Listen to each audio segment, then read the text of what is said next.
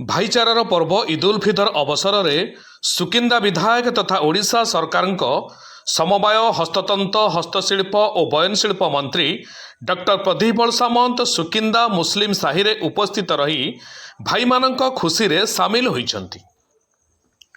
सुकिंदार युव सांबादिक शेख जहुर मुनुंक बासभवन में आयोजित एक स्वतंत्र कार्यक्रम में श्री बल सामंत उपस्थित रही बहु गरीब महिला और पुरुषों को वस्त्र प्रदान करथिले। सेवा और सद्भावनार उदाहरण सृष्टि करिथिबा युव सांबादिक शेख जहुर और तांको परिवार को मंत्री धन्यवाद प्रदान करथिले। आमे समस्ते सुकिंदावासी एही भाईचारार वार्ता को अनुपालन करने को मंत्री मतपोषण करथिले।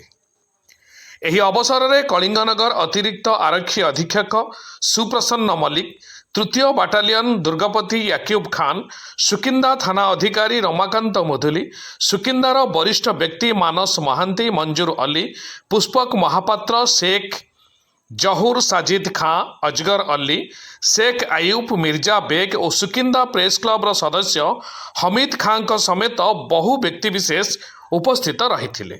Bureau report Mahagiri news.